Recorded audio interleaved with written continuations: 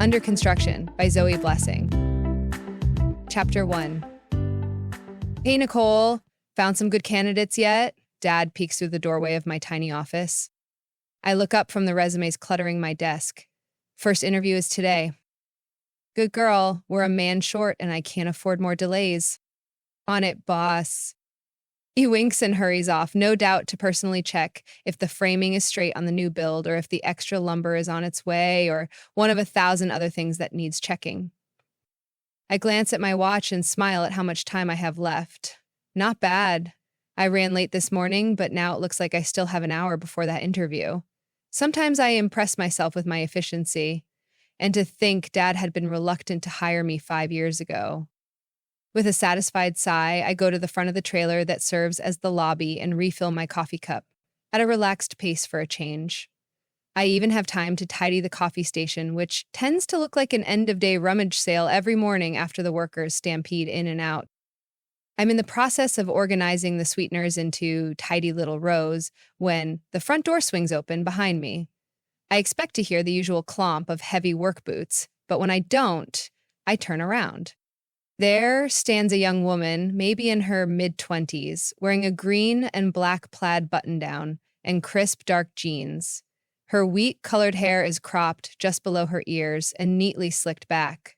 Her nervous eyes dart around the room. Oh, those eyes. So blue I have to look twice and tell myself not to stare. Can I help you? I ask. Cute as she is, I have no idea who she is.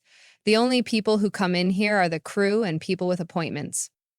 Her eyes slide over me in a quick assessment before bouncing back up to meet mine. She clears her throat. I have an appointment. Her voice is low but steady. My eyebrows fly up. You do? But my next appointment isn't until... I check my watch. Whack at it. Shake my wrist. Shit. I'd forgotten to wind the damn thing. The hands haven't moved since the last time I looked at it.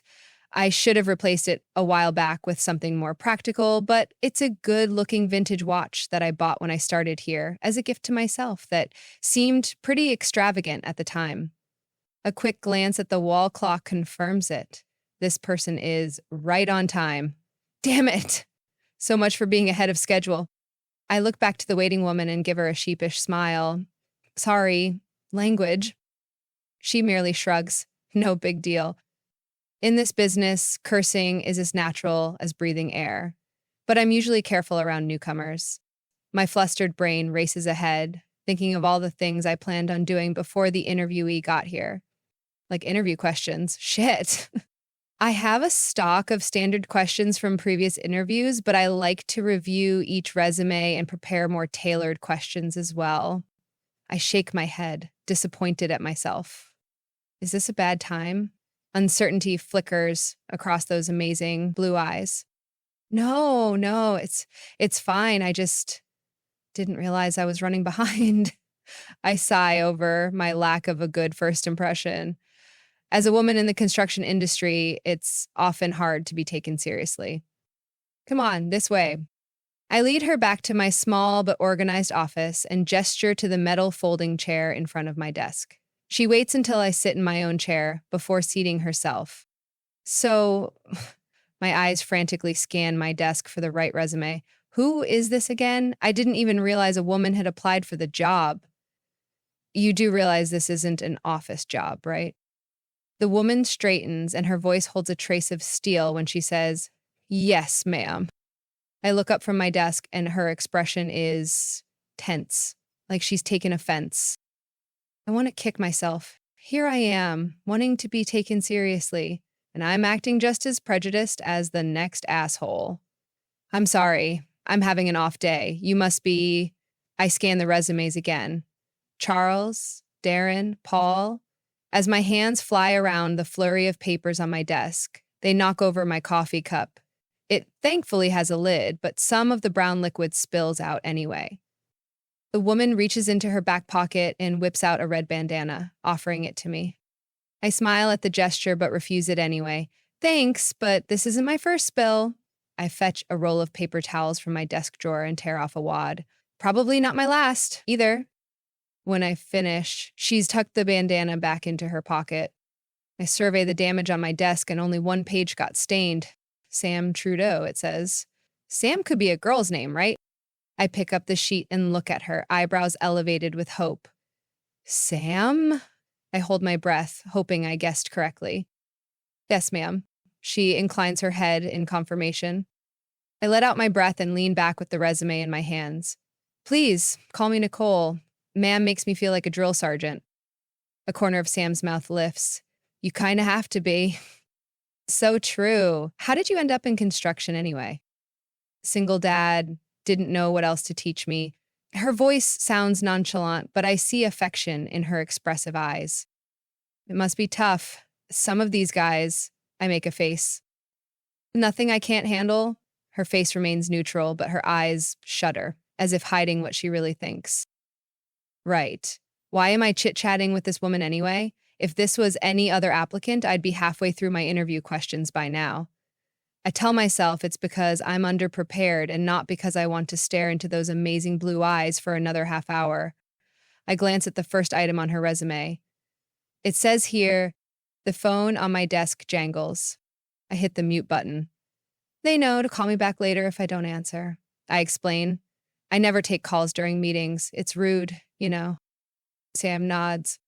The phone jangles again and I glare at it, hitting the mute button once more. Someone's getting a piece of my mind if that rings one more time, I mutter. It rings one more time.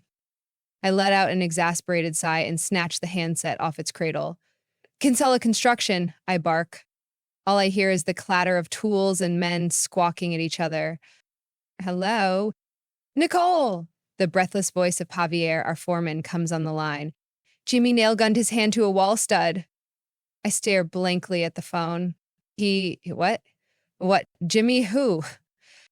Durante. Your papa hired him while you were on vacation? You're kidding me. My dad hired someone named Jimmy Durante. Is he the on-site comedian or something? Because this is not funny. No joke, there's blood everywhere. Shit, this is why I do all the hiring. My heart thumps and my mind races to all the insurance paperwork I'll have to file. You guys called an ambulance, right? Jimmy said no ambulance. I scrub a hand over my face. Javier, you know our protocol. The guy could have snapped a tendon or severed a nerve or something. Call the ambulance. I slam the phone down and rub my temples. The build is behind schedule. We're already a man short. And now this.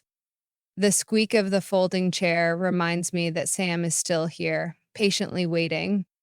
I'm so sorry. It's not usually this crazy. Well, sometimes it is, but you know how it is, right? She smiles and a dimple appears on one cheek. I sure do. I set the resume back onto my desk and stand. Look, I hate to do this to you, but can we reschedule? I have to take care of an emergency. She stands too, but doesn't make a move to leave. Let me help. My brow furrows. What? Astrid says you're short-staffed. Let me help. One day. I remember complaining to my friend Astrid about that. She'd said she might refer a friend. Sam must be that friend. She should have told me about it. Or maybe she did. I run an agitated hand through my dark hair. Too many things are happening at once. I contemplate Sam, the no, ready on my lips, but she embodies so much calm and confidence that I can't bring myself to do it. I need some of that calm and confidence right about now. Okay, I say, surprising myself. She smiles. All right, lead the way. Hold on. I slip the heels off my feet and drag the steel toe boots out from under my desk. They don't exactly match my stylish pantsuit, but Dad's mantra is like a flashing marquee in my head. Safety outranks fashion. Okay, ready. Chapter 2. I grab my orange hard hat off its hook, but not before noticing Sam giving me a subtle once-over, as if seeing me in a different light. I briefly wonder if she likes what she sees and resist the impulse to check my makeup. When we step out of the trailer, I notice Dad's truck is gone, and a green pickup has taken its place next to my Subaru. My turn, Sam says, and starts unbuttoning her plaid shirt. For a moment, my brain turns to mush. There's something erotic about a woman unbuttoning her shirt in front of me, even if it is in a dirt lot in broad daylight. She slides out of its long sleeves, revealing a black tank top underneath. "Can't mess up my good shirt," she says with a grin. There's that dimple again. She tosses the shirt through her truck's open window, then pulls a lime green hard hat out of the truck bed. She has amazing arms, all toned and tanned with plenty of muscle definition. My brain replaces the mush with images of my hands running down those arms. Sam clears her throat and I blink, returning my eyes to her face. "Right," I say, hoping I'm not blushing too hard. "This way." I begin walking to the worksite, pushing aside the wishful belief that maybe I saw some spark of return interest in those blue eyes. So, I say eloquently as we walk, still trying to recover from my blatant staring. "How do you know Astrid?" She keeps pace beside me. I was on the work crew renovating the space for her new bar. She kept yelling at the guys. Sam chuckles at the memory. I chuckle with her. That sounds like her. I would not want to be on the receiving end of that. What was she yelling about? She'd point and shout things like, "Come on, this isn't a science fair project. Do it right, like Sam over there."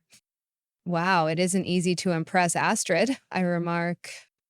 Sam merely shrugs and smiles.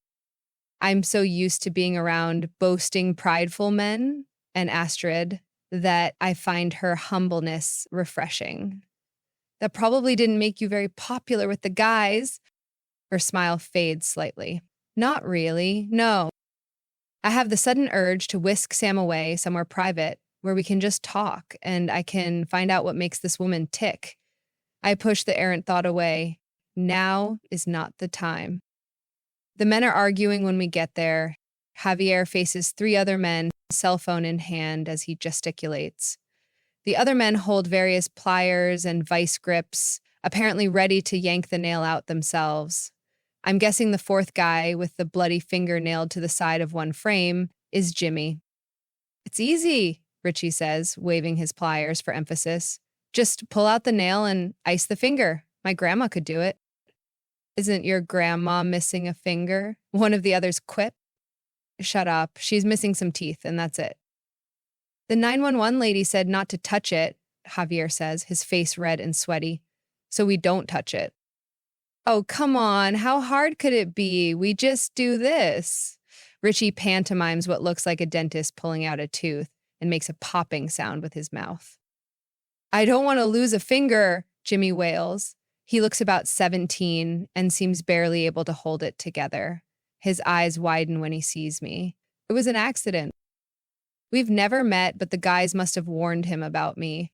I hold back a smirk at the thought of my reputation preceding me. I look to Javier, whose weathered face eases a bit when he sees me. "The ambulance is on its way?" I ask. Yes, his head bobs enthusiastically. "We just need to keep these payasos from doing more damage." Richie narrows his eyes. "What did you just call me?" I step closer and stand straighter. "Calm down, Rich.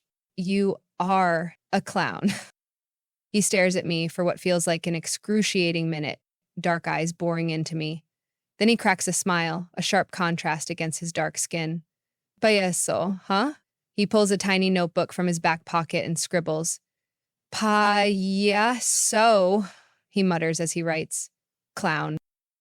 When he finishes, he slaps Javier's arm, still grinning. "That makes you payaso chief." Richie jams the notebook and pen back into his pocket and faces me again. "Just trying to help, man." I smile back, hoping my relief is well hidden. "I know. Let's just put those away, okay?" I point to the pliers that never left his grip. Richie sets them down on an upturned bucket and raises his hands like I'm going to arrest him. "No problemo." He turns to Javier. "See, I'm learning Spanish." Javier grimaces. "Your accent is terrible." "So's yours," Richie shoots back. "We get a break, right? Till the ambulance gets here?" I glance at my watch to see if it's lunchtime yet. Shit, I still haven't wound the damn thing. I pretend to consider the request and plant my hands on my hips. "What do you think, Javi? Is it break time yet?" The older man glances at poor Jimmy, who still stands immobile against the wooden frame, then considers the other men. He nods. You heard your foreman, I announce. Get out of here. Aye, aye, Captain. Richie gives me a mock salute before grabbing his pliers and loping off. I shake my head. I wish they'd move that fast when they're actually working. When they're gone, I sigh and whisper, now what do we do? Javier shrugs. We cut him out. Sam's voice startles me. I was so focused on maintaining order that I forgot she was standing behind me during this entire debacle. We're not supposed to touch him, I remind her. And we won't, she says, stepping closer to Jimmy. They're going to take the 2x4 along with him. She examines the nail head sticking out of Jimmy's bloody fingernail bed. That's not a flesh wound. Jimmy whimpers in response. I gaze out to the edges of the worksite, hoping to see or hear some sign of the ambulance, but there is none. They're going to see this and call for professional help to cut him out, Sam continues. We're professionals. We'll save them some time. The sooner he gets to the hospital, the better. I look skeptically at the woodwork. We make cuts here and here, she indicates to the left and right of Jimmy, and we keep him absolutely still. Her voice holds such authority, I have no doubt she knows what she's talking about. How do you know all this? I ask. I've seen it happen. I see. I raise my eyebrows at Javier, silently asking his opinion. He shrugs. Makes sense to me. What do you think, Jimmy? You up for it? I ask the poor kid. I just want to go home, he whines. I look to Javier, then Sam, and nod. Do it. They go to work. By the time the fire trucks come blaring onto the dirt lot, Jimmy's resting on bags of mortar, a short length of wood cradled in his lap. After evaluating the wound and the situation, the paramedic glances at the gap in the wooden frame behind us. Good work, he says. You just saved us an hour. They cart Jimmy away, and when the kicked-up dust settles back to the ground, I'm so ready for a beer. Not that I'd ever drink on the job. Javi, I turn my tired eyes to him. Why'd you let him use a nail gun? The kid was practically in kindergarten. He rubs his jaw guiltily. He said he knew how to handle one, and this was easy work. Besides, at my age, all of you look like kids. I smile and pat his shoulder. Go get lunch. He nods and leaves, leaving me alone with Sam. I let out a breath and allow myself to sag a bit. Well, I'm glad that's over. Sam removes her hard hat and swipes at her brow before glancing at me. They respect you. She tilts her head slightly. I don't see that a lot. I nod. I admit it's a testosterone-filled business, and I've heard my share of innuendo, but my dad runs a tight ship. Jerks don't last long here. She smiles, and that dimple returns. So, Joe Kinsella's your dad? He sounds great. He is great, I reply. But before you get any ideas about nepotism, just know that I practically had to blackmail him to let me work here. Sam raises an eyebrow. I wave my hand in a vague gesture. Never mind. Long story. Let's just say I make damn sure I never do anything to make him regret that decision. Fair enough. Those amazing blue eyes linger on me a moment, then she blinks the moment away. So, shall I get started on repairing that frame? Yeah, that would be great, thanks. She ties her bandana around her head, dons the green hard hat, and gets to work. I probably should go back to my office, but I don't want to leave. Someone has to supervise, right? I stay out of her way and pretend to examine a nearby blueprint while she works.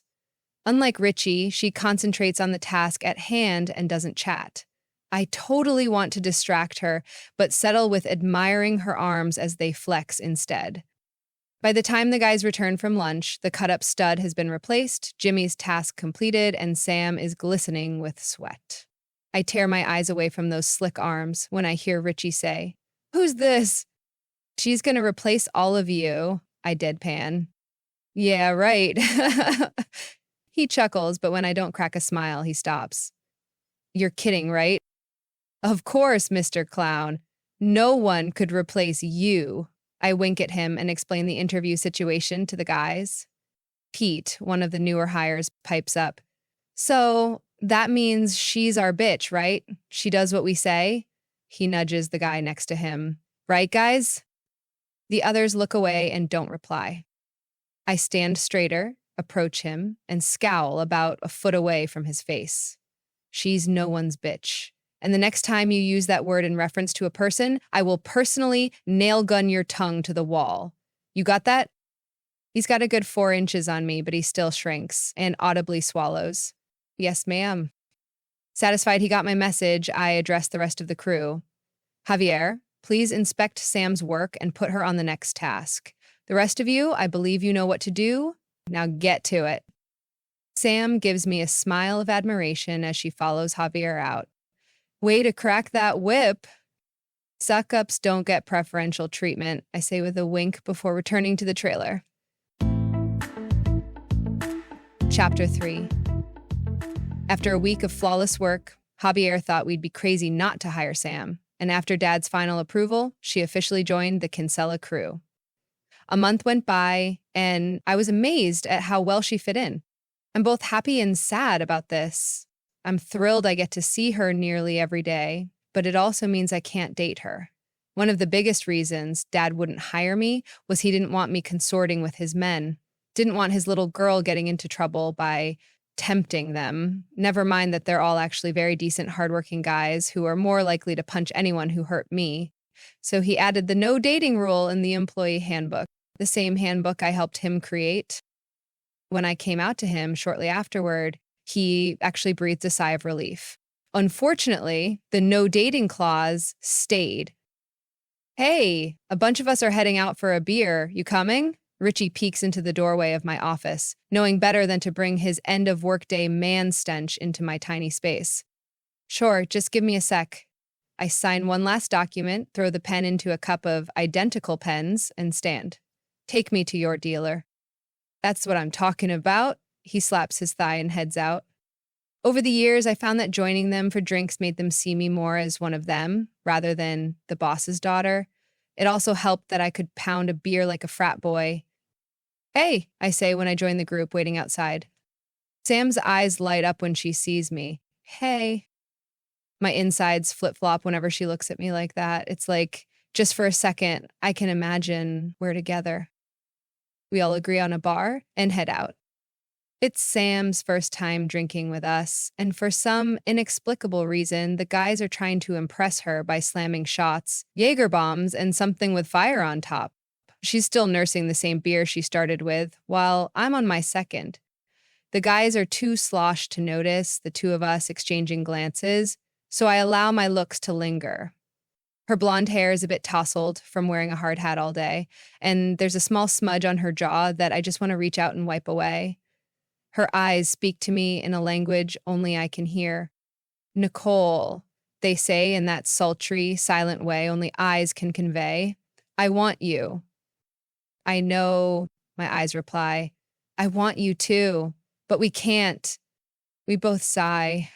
My bladder forces me to excuse myself to the ladies' room.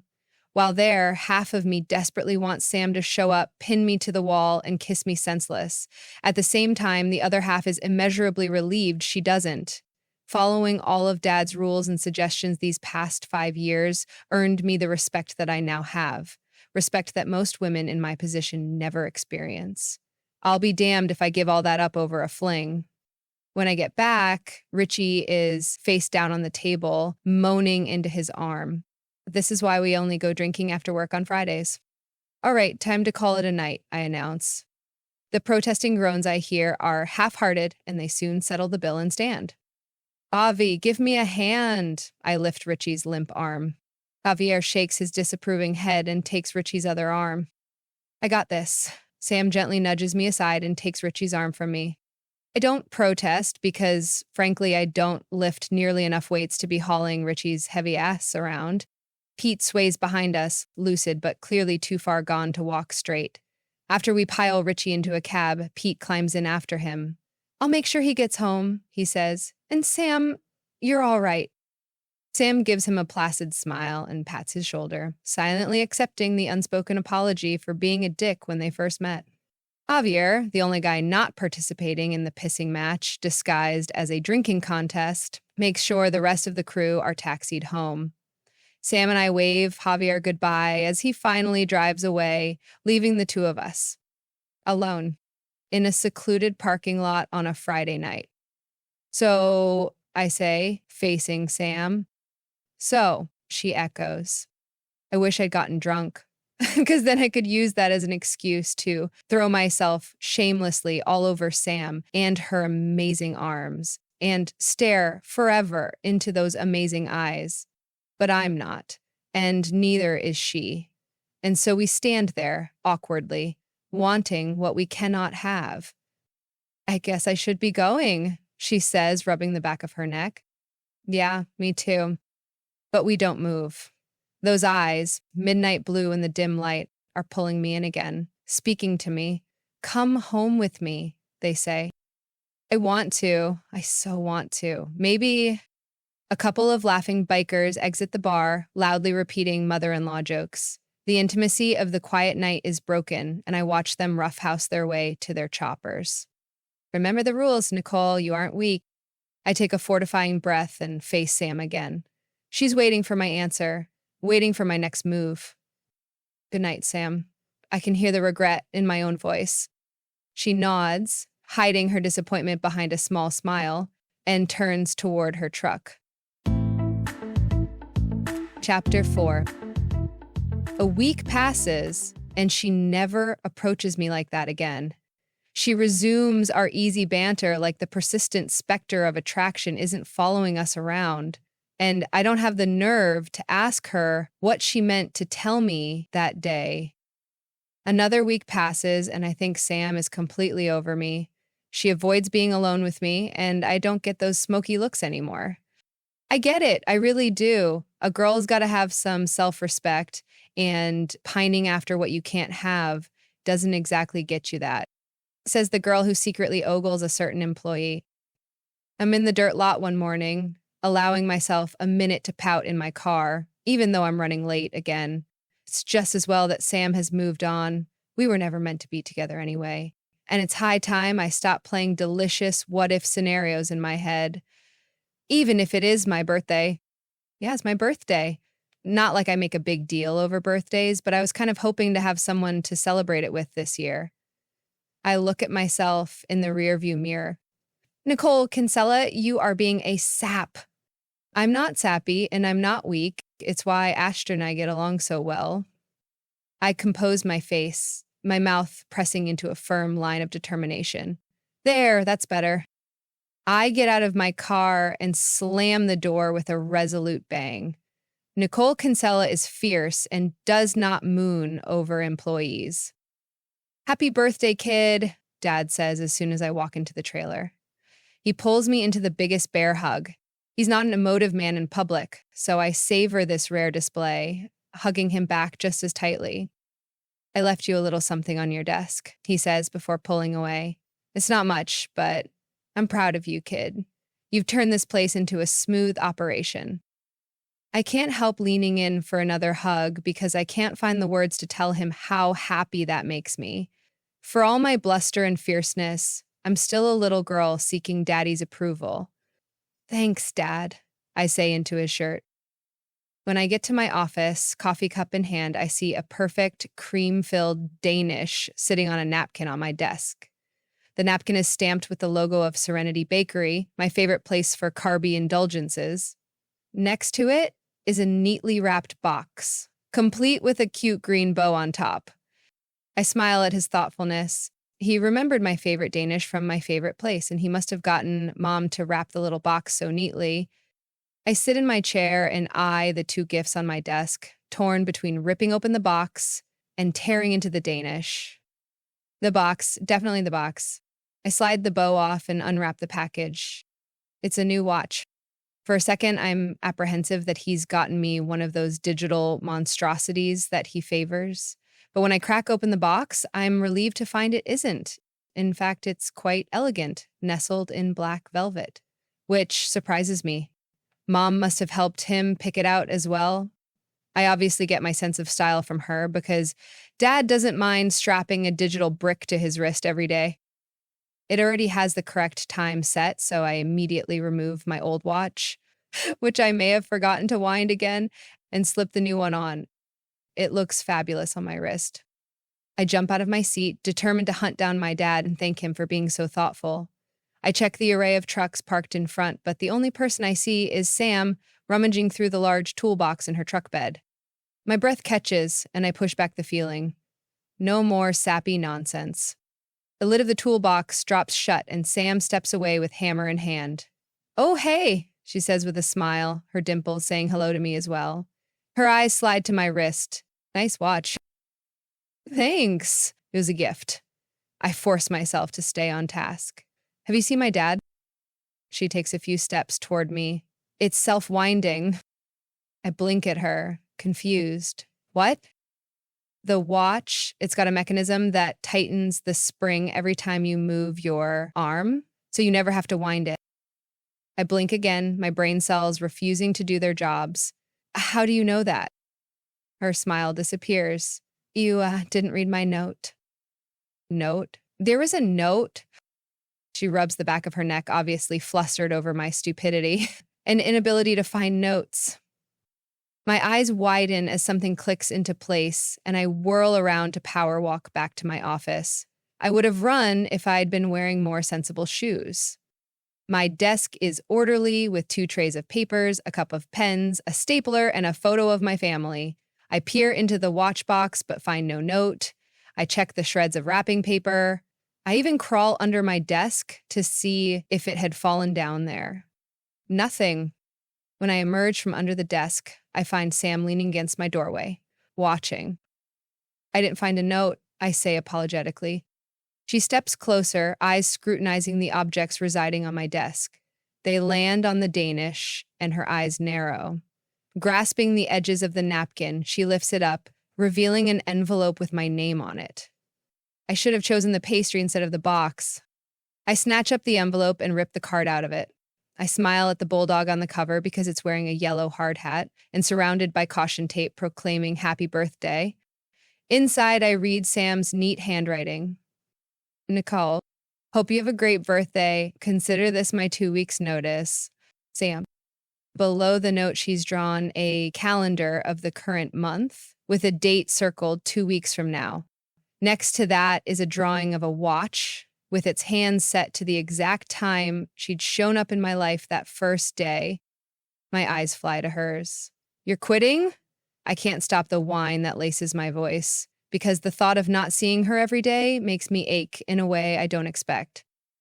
"I got a job offer." She glances behind her, then pushes the door shut. When it clicks into place, the sound almost echoes in my ears. I'm enclosed in a small space with Sam. "I thought you liked it here." I still don't like how high my voice sounds. "I do," she says, circling around my desk to stand directly in front of me. "A little too much." A little too much. Hope surges in my chest, but all I can do is stand there dumbly. She steps closer, just a breath away now. Her eyes smolder into mine, telling me everything I need to know. The air between us practically crackles. Of their own accord, my hands slide up her toned arms to rest on her shoulders. "Not yet," she whispers. "Technically, I'm still your employee." I angle my head slightly, eyes on her lips, inching closer. "Nicole," she sighs my name but doesn't move. She wants me, but respects me enough to follow Dad's rules. I'll make it easy on her. "You're fired," I breathe before closing the gap between our lips. It only takes her a second to process this, and she wraps her arms around my waist, pulling me close. A hand snakes up my back and slides into my hair, sending delicious tremors down my spine. The kiss is incredible. Everything I'd imagined. More. She rotates us so my back faces the wall, then presses me against it. Yes, oh yes. The feel of her body against mine sends me to a place I haven't been to in a long time. When we finally break apart, it's only because we need air. "So, where will you be working?" I ask in between gulps. She strokes my hair.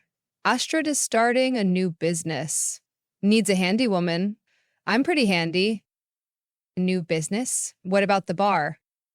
"It wasn't working, so she's closing it." I mull this news over in my mind, wondering about the timing of it all. "When we're talking," Sam says, closing in again. "Ex-boss." And she captures my mouth once more. Which is fine, because she's already captured my heart. Thank you for listening to Under Construction by Zoe Blessing. If you enjoyed this story, be sure to subscribe so you can discover more.